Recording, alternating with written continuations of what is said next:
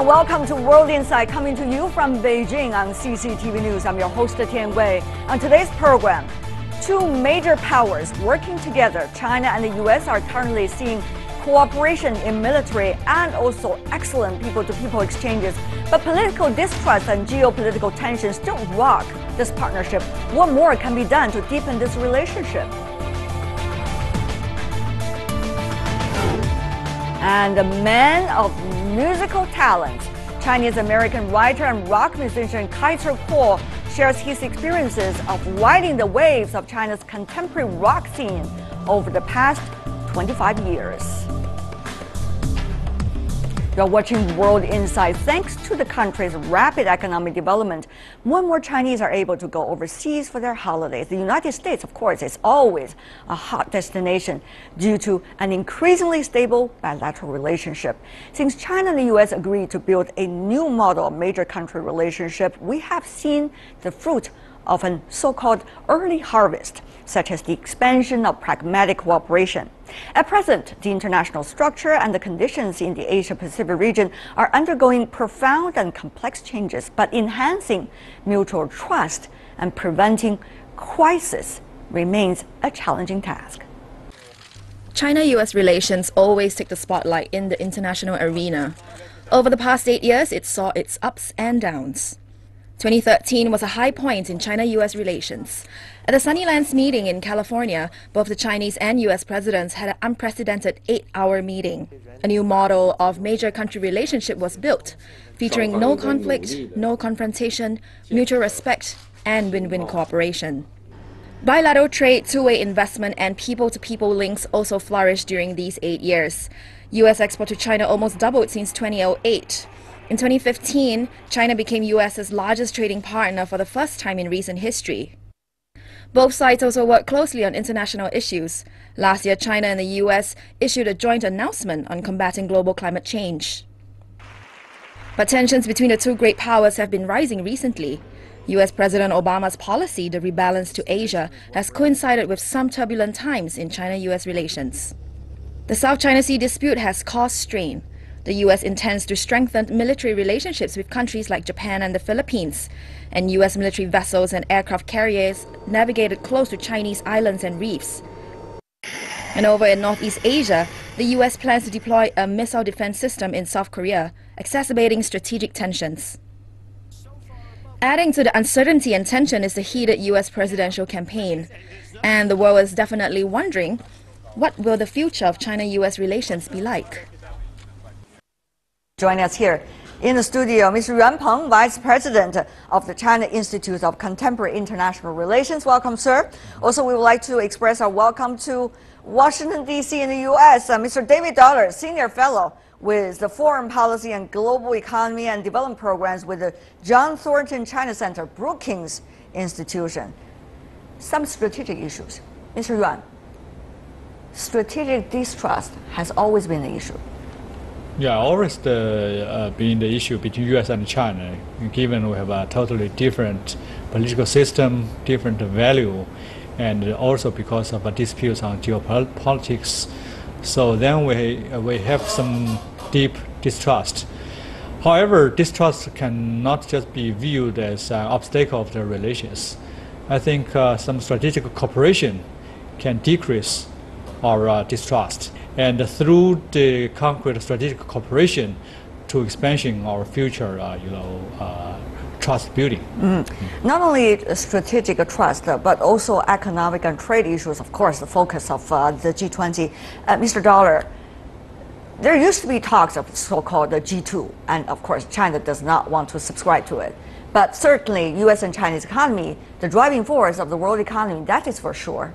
So under that circumstances, will the strategic distrust, in a way, be compromised as a result? I think the economic relations really help us gradually overcome the strategic distrust.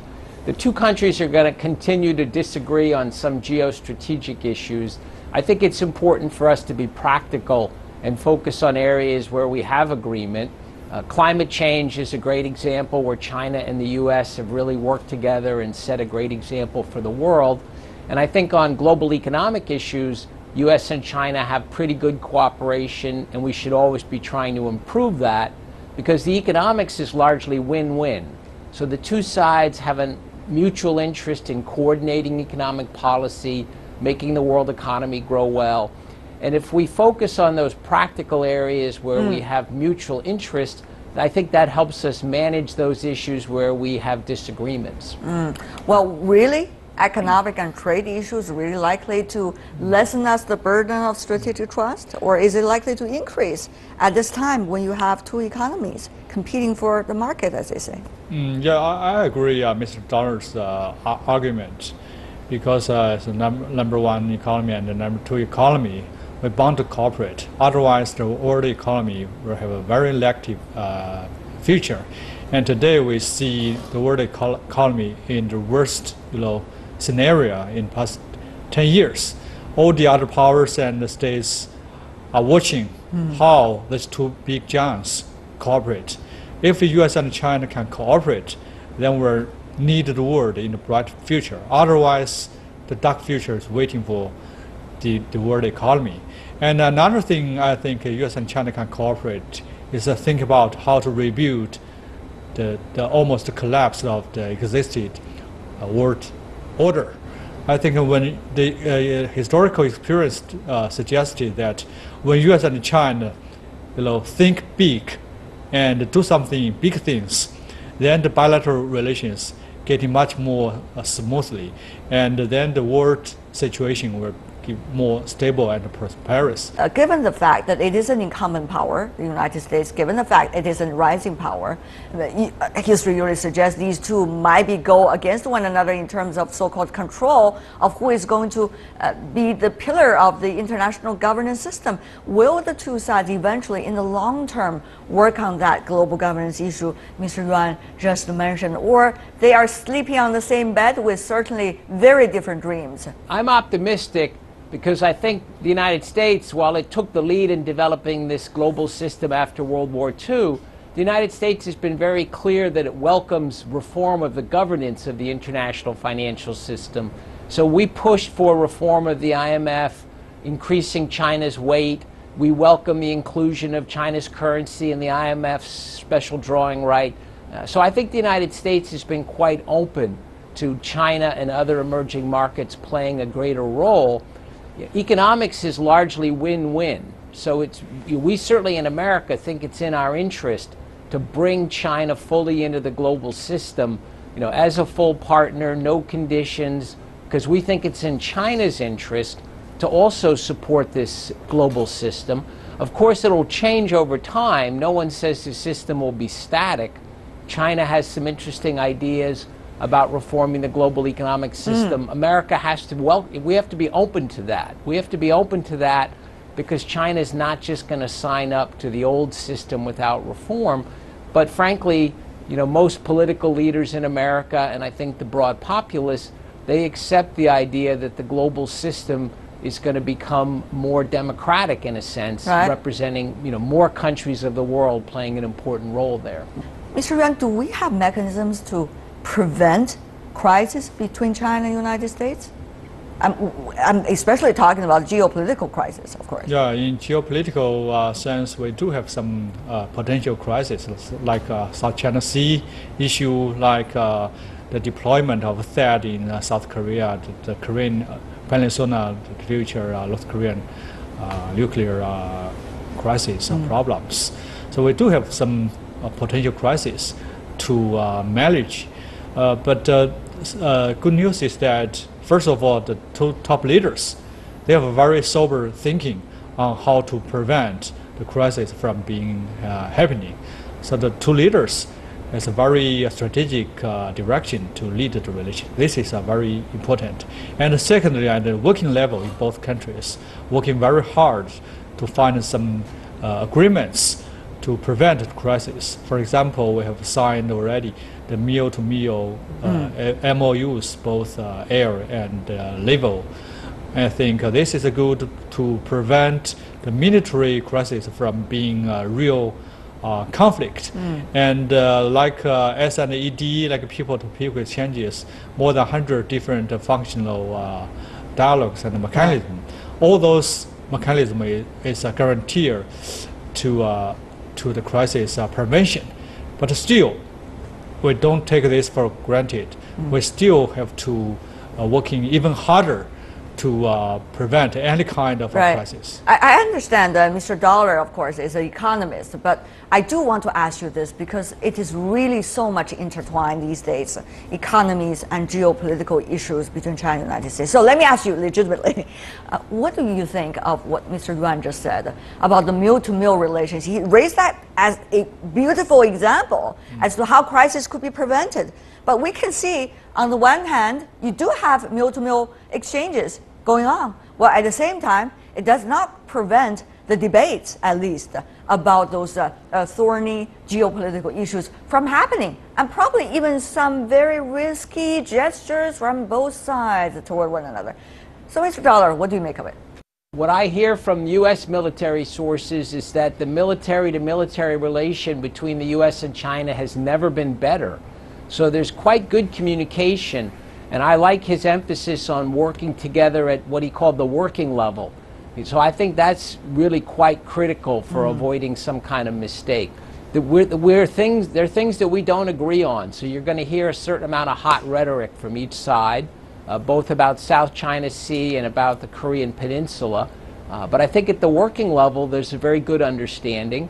And that really limits the risks, and I think it's important. I hope our militaries do more together. I hope they do some cooperative things in parts of the world where we are in agreement, and I hope they keep strengthening their communication and their relationship, because that really reduces the probability of a mistake. Right. The other issue I really want to ask both of you gentlemen is the disconnect that we have seen in the grassroots people-to-people exchanges. This is a really massive China-United States over the years. Very impressive. On the other hand, geopolitical issues, economic and trade disputes. So, will the former be able to help us fundamentally look at solutions for the latter? People-to-people exchanges are very important.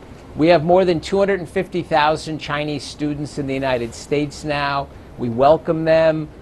Some of them will stay on and work for a while. So for the moment, the U.S. remains quite open to immigration, also quite open to investment. We have a lot of Chinese companies investing in the U.S. Right. You know, your national chemical company just announced it got approval for purchasing Syngenta. So I think all of that activity, both economic activity and more people-to-people cultural exchange, that's important for building a foundation. I wish we'd see more American students going to China. We certainly see some, but it would be nice to get an increase in that. That kind of mutual understanding, that's the real foundation of a long-term relationship. Will the foundation be able to make sure the trees are really going to flourish, though? That's the question. Yes, U.S. and China relations is the most complicated, most comprehensive, and most strategic bilateral relations in the world. What's going on inside both countries? I mean, the internal politics, in a way, as we all know, according to international political theory these days, reflected in the foreign policies of every country. So, Mr. Yuan, if I could begin with you, how do you think China's societal change and also further reform within the country, whether it's political or economical, likely to, in a way, renew China's understanding and approach to the United States? Yes, Chinese reform and opening up and has a very strange links and logic with the U.S. and China relations. I still remember that U.S. and China relations fully normalized in December 16th, 1978. That's right. The first communique. Very historical moment. But 2 days later, we have a very famous 11th, the third plenary of 11th Parties Congress, which began Chinese the first round of opening up and reform. So without a normalization of the relations between U.S. and China, we cannot imagine our reform and opening up led by Deng Xiaoping. Now it's time for the second round of a new round of very deep, comprehensive reform and opening up. Still, I think related to sound and stable U.S. and China relations. So a deeper reform in China will benefit U.S. and China relations, and a sound U.S. and China relations will be very helpful for Chinese deeper reform. So I think American maybe it's very hard, and it's very hard to follow what has been going on in with the China. Chinese comprehensive reform this time. So there were some distrust and suspicious, but time will prove that this round of a new Chinese reform will be a good thing for both China and the States and the world, I think. But what about from the U.S. side? I mean, Mr. Dollar, with the election campaign in your country, we certainly see certain kind of momentums, not to mention populism of the American characteristics, shall I say.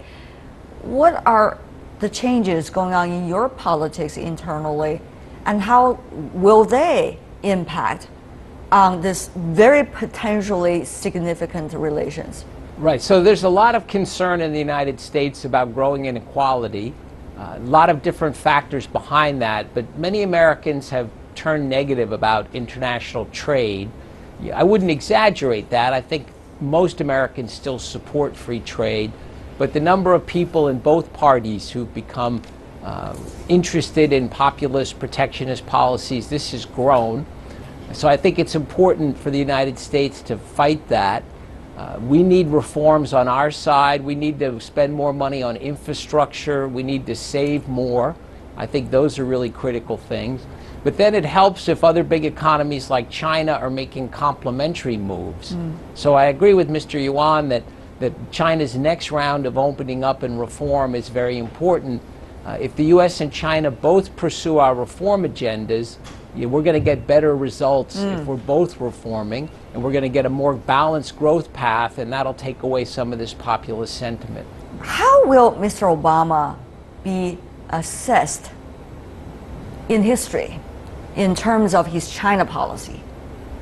And how will Mr. Xi Jinping, the Chinese president, be assessed in terms of his approach to the U.S.-China relations, at least during the term of President Obama? Let me ask both of you for that question. So for you, Mr. Dollar, from your perspective, President Obama, legacy or not? Well, I think history's going to treat Obama very well for lots of different accomplishments. On the China side, I think he'll be credited with making an effort to have a more open, balanced relationship with China. I don't think China fully responded to that, but I think we've set things on a better course. And that creates opportunities for future U.S. presidents to continue to strengthen the relationship. All right.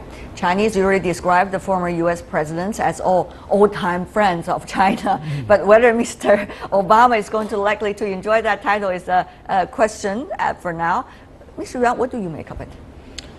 I think years later, if somebody remind Obama's term in the past several years, in terms of his China policy, many will think about the rebalanced policy towards Asia.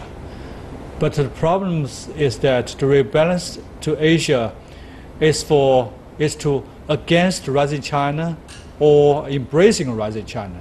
Is something still very suspicious in China. So what we see is that Obama strengthened its allies relations, Japan, Japanese, Filipino, and some new partners like Vietnamese. This left a more impressive, impression for many Chinese. So I do hope in the last few months, it's time for Obama rebalance to China rather than just Asia. To put the strategic partnership relations with China is a new balance towards the rebalance policy toward Asia. Right. Otherwise, the legs towards China were not as sound as many Obama's team expected. As for Xi Jinping's policy towards the states, so far I think more impressive because it's more broad idea, some new thinking like a new model of the major power relations. It's his initiative. I think at least we do provide some new thinking, even if the new thinking is not that positively echoed by the American side. But I think will have a more open-minded in this regard. All right. Well, a lot of thinking going on during this discussion between the two of you gentlemen. Certainly, we appreciate your perspectives and your insights. That's one of the most significant bilateral relations in the world. We hope it will go in the right direction, definitely. Yuan Peng, David Aller, thank you so much, gentlemen, for being with us. Stay with us here on World Insight. We got our final segment coming right up. It didn't. An ever-changing beat. Chinese-American rock musician Kaiser Kuo shares snippets of his 25-year journey of China's evolving rock music scene. You're watching World Insight, and I'm Tian Wei. You can take the boy out of Beijing, but you can never take Beijing out of the boy. That saying is true for many Beijingers. People come and go in a metropolitan city, but there are always some whose life in China becomes a part of who they are and might leave a legacy for the next generation or even two. Well, Kaiser Kuo is one of those who has made more than just a ripple. More than just a rocker. Kaiser Kuo, a Chinese-American freelance writer and rock musician, co-founded the rock band Tang Dynasty when he came to China in 1989. Later, in 2001, he built up another band known as Spring and Autumn, which was an ethnic-oriented heavy metal rock group. It was also then that he started writing a column for the English-language magazine The Beijinger, a role that lasted 10 years. In 2007, Kuo began taking on top communications roles with Ogilvy. Then he joined Baidu in 2010 as senior manager in public communications. Born in the US, Kuo arrived in China in his early 20s, which cultivated a deep attachment to the country. In 2010, Kaiser started The Sinica Show, a current affairs podcast based in Beijing that invites prominent Chinese journalists and observers to participate in discussions about Chinese political and economic affairs. After more than 2 decades in China with his family, Kaiser Kuo has become not only an icon in China's rock scene, but also a figure bridging the gap between China and the foreigners trying to make sense of it. A band called Tang Dynasty would immediately resonate with people who understood that the Tang was a great dynasty in Chinese history precisely because it was open to external influences, because it was so cosmopolitan, because there was this sort of almost fetish for things that were exotic during the Tang. So that name just came up very easily for you? It didn't. It was actually the result of some long thinking that I did on my part. And the other members agree with you? They did. They liked it, and it resonated with them really well. I kept it in my back pocket. I waited until we were having the conversation where we were going to come up with the name of the band, and as soon as I said it, they all agreed. This was the name of the band.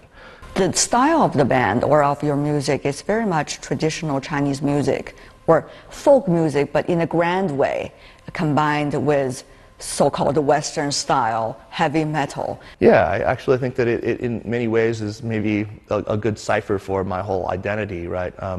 I've always wanted to find something to promote, to latch onto, and to elevate in traditional, in what is, traditionally Chinese. I didn't think it would be of much interest for me to pour a lot of time and effort into a band that was just going to be doing generically Western style music. I always wanted it to do something that was recognizably Chinese.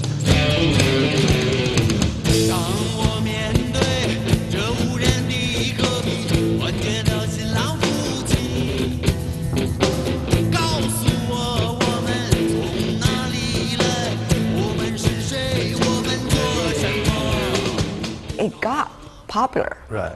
And it was almost like overnight popularity. Yeah, so let's make it very clear that I left in '89. That's right. I wasn't here when they got signed. I wasn't here when they reformed. I wasn't here when they really got famous. By the time I came back in '91, they were already well on their way. So I can take no real credit for what. But still, you feel the two extremes.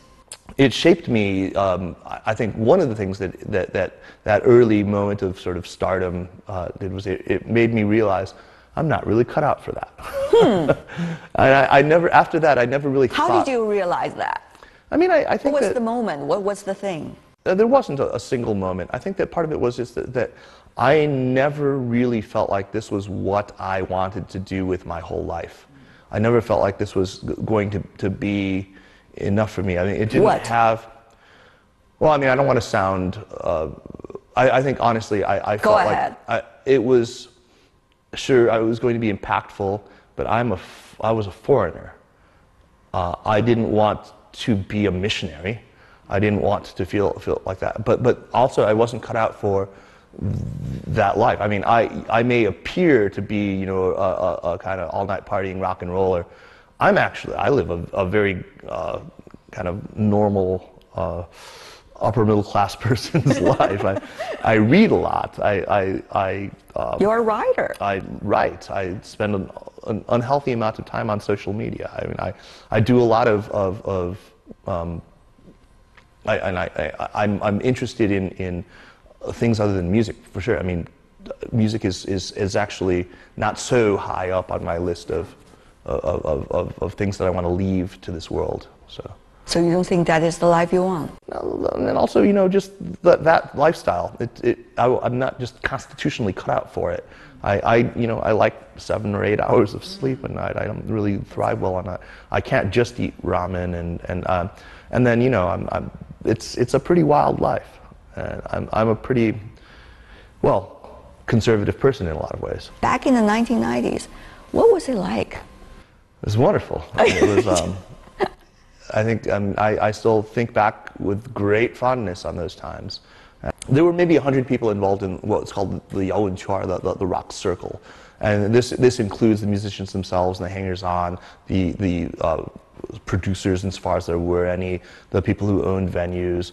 All told, there were maybe 100 individuals in it. So it was a really tight circle that embraced a lot of different kinds of music back then. People didn't differentiate clearly among genres. I mean, we all hung out together, irrespective of what kind of music we were playing. It's gotten a whole lot more fragmented now, but it's also gotten a whole lot more diverse. There's every genre of music under the sun now.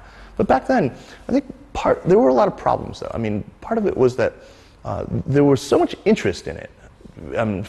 Part of it was because the outside media was so interested in this phenomenon that the few who were playing in that scene, irrespective of how good they actually were, irrespective of how much depth they actually had, how much of a pool of talent they could actually draw on personally, they all got famous. Some of them didn't maybe deserve it. I certainly didn't. I felt like I landed on a low-gravity planet. I'm a stubbornly and decidedly mediocre guitar player. I'm not very good. And I was good enough then, but I certainly, if I were, you know, in any other mature music market with my really middling talents, I wouldn't have amounted to anything. So I got very lucky. But it's not just about the techniques. It's also about having the courage to form a band. Well, hell, I mean, what did I have this? I didn't have anything at stake here. Was I going to starve if I didn't succeed? No. This was, again, part of the problem with me is that I had a really kind of dilettantish attitude toward it. And I regret, to this day, having imprinted on rock some of the ideas that I did, which were kind of dilettantish. What do you mean? I mean, I wasn't somebody who had to ever care about the market success of the band. So I felt totally a total lack of need to do music that would appeal to a broad mass. So we ended up, if you look at Tang Dynasty's second album, for example, you know, probably the average length of song on that album is like 8 or 9 minutes. They're all ridiculously long. Some even 15 minutes. Yeah. There's some really ridiculously long songs. When Zhang Ju, the bass player of the band, passed away because of traffic accident, and of course everybody were gathering together in order to celebrate his life and many other things. But many wonder whether we have over-idealized that period of time. I just wonder, what do you feel about that? Yeah, I think that we have, to a very large extent, over-idealized that time. That take nothing away from Zhang Ju, I mean, who was a very dear friend and a wonderful guy. He's a warm, very warm guy. Wonderful guy, in every way. The problem was, I think, well, first of all, there was no competition back then. There was so little competition that a lot of these bands just couldn't really test their mettle against one another. It's much more real today. And part of the problem was that back then, because of just all that media attention, because all that adulation, because of that early crop of bands, not all of them could really live up to the expectations. But they stood there in the way for a lot of other bands that might have been able to come out and outshine them. And forever on everyone's lips, you know, when they thought of Chinese rock, it was that, you know, 崔健、黑豹、唐朝. I mean, it was always going to be these early bands. Early icons. Early icons. And there were so many other bands that came after, you know, that were equally deserving of attention that never got it, in part because they were always in the shadow. Do you think most of the people in the rock circle realize it just as you did? I think a lot of them do. I think a lot of them Now. realize it. I think now at the same time, that was a wonderful time. I mean, there was that sense of camaraderie, this real kind of sense of I mean, I think a lot of people probably imagine that there was a lot of challenges, maybe from political authority. That wasn't really the case. There was an awful lot of space for these people to do for us to do what we were doing. You didn't have, you know, closures and cancellations of shows and strict censorship of the lyrics or things like that. There was almost limitless possibility back then. What was limited was market and the hardware. I mean, you know, it was hard to get good gear or good venues to play at, and we played a lot of slipshod places, but there was boundless opportunity back then. And what about the band now? I mean, the band Spring and Autumn. Once again, a very poetic name, I would say, in Chinese, of course in English as well. You disbanded it right before you decided to move to the United States. Yeah. It's a band for more than 15 years. 15 years, yeah. Wow. 15 years. I remember two things about you when it comes to music and this band. One is that on many occasions when we were talking to one another over the years, you were telling me and other friends, you have to go because you have to do rehearsals with this band. It's something that you would never give up. No. Under whatever circumstances, when the date of the rehearsal has arrived, that's the thing I'm going to do. Right. Very strict with it. Absolutely, yeah. But that's you know. Is it peer pressure or is it? No. It's not peer pressure. I mean, it's so fun. I mean, getting together and playing together. I mean, it's even more fun with an audience, of course. But even just being in one of those underground rehearsal spaces in Beijing, when that gigantic sound comes together, it's just there's something immensely satisfying about it. 应带来了神的艺术，交给瑟索的玫瑰，身在昨天已经被谋杀。流云流星红霞满天，辉映出天门，一道雄光直射我家里。 But the other thing I remembered when you were with this band, you were telling me that you're very strict about the role that you're playing in the band. Right. A guitarist. Right. Nothing else. You're not going to do the commercials with them. You're not going to be like almost a part-time agent for the band for international market. You're not going to do the website for this band. Right. You're not going to go on different kinds of promotional trips with them. You said, well, use my name, that's fine, but nothing else I would do from my part. Are you being selfish? No, I was being realistic. For the entire time that I've been with that band, I've had full-time jobs. Or even when I didn't, for one short period of time when I was freelancing as a journalist, that took all my time. I just knew that I had to limit it. The other thing is I wanted to manage everyone's expectations. This was not ever intended to be big famous band. This was always going to be, we'll play small club shows, we'll play festivals, we'll do stuff like that. We'll but do our it for own the stuff. joy. We'll do it for the joy, and we always did, but we never let our ambitions get too outsized. Has the joy period gone? No, the joy remained until the very end. And the last show we played on May 31st here at Yugong Yingshan, right there on that stage, Yes. was probably one of the highlights of my life. It was so packed, I remember. Yeah, it was just insane. I've never seen a bigger density of a crowd. The roof almost off. It was one of the most just deeply kind of spiritually satisfying moments of my life. What was it like for you to stand on the stage, going from piece number 1, number 2, well, you know, part of it three, was counting almost? Yeah, I mean, part of it, every time we would take off another song and play it, I would think to myself, I guess that's the last time I'm going to play that song in front of a crowd. In front of at least such a crowd. Right, and it was sort of sad. I mean, each time. But also, I was just trying not to screw up. You know, That's important, that's important. there's this thing that happens when you're playing where sometimes you find yourself in this zone where you would have to labor hard to actually make a mistake. There's this emergent property when you're playing an ensemble where the music overtakes you and you have this muscle memory and you couldn't screw up. I mean, you'd have to actually force yourself deliberately to hit a wrong note. Unfortunately, that night wasn't one of those nights where I was actually a little too living it. I was too conscious of it. My head was turned on. And so I was really conscious of all the possibilities. First of all, we were so drenched in sweat.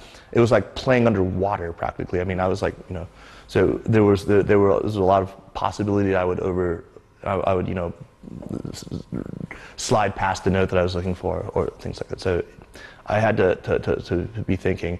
And at the same time, I wanted to play my heart out. You know, I wanted to really bang my head with ferocity and make sure that, you know, I was just getting the most out of my last show.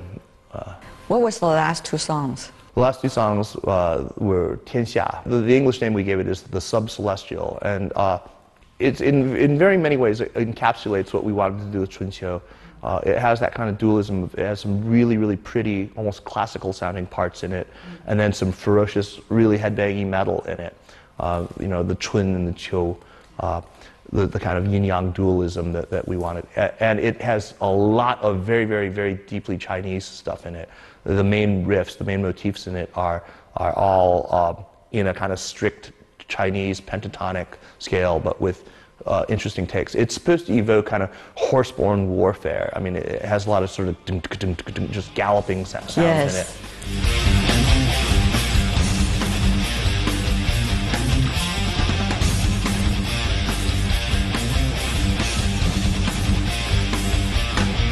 Did you hear the shouts coming from the crowd? Of course, yeah. I mean, it was what's lovely about playing the crowd that likes your music so much is they sing along with every single song. They just know every song by heart. They know all the hits. They know all the rhythms. They know when to do what. It's almost like they're in part of the performance. How would you say, you know, 10 years, 20 years from now, you look back at that day, the last performance of Chunqiu, and almost the last performance of a continuous professional music life for you?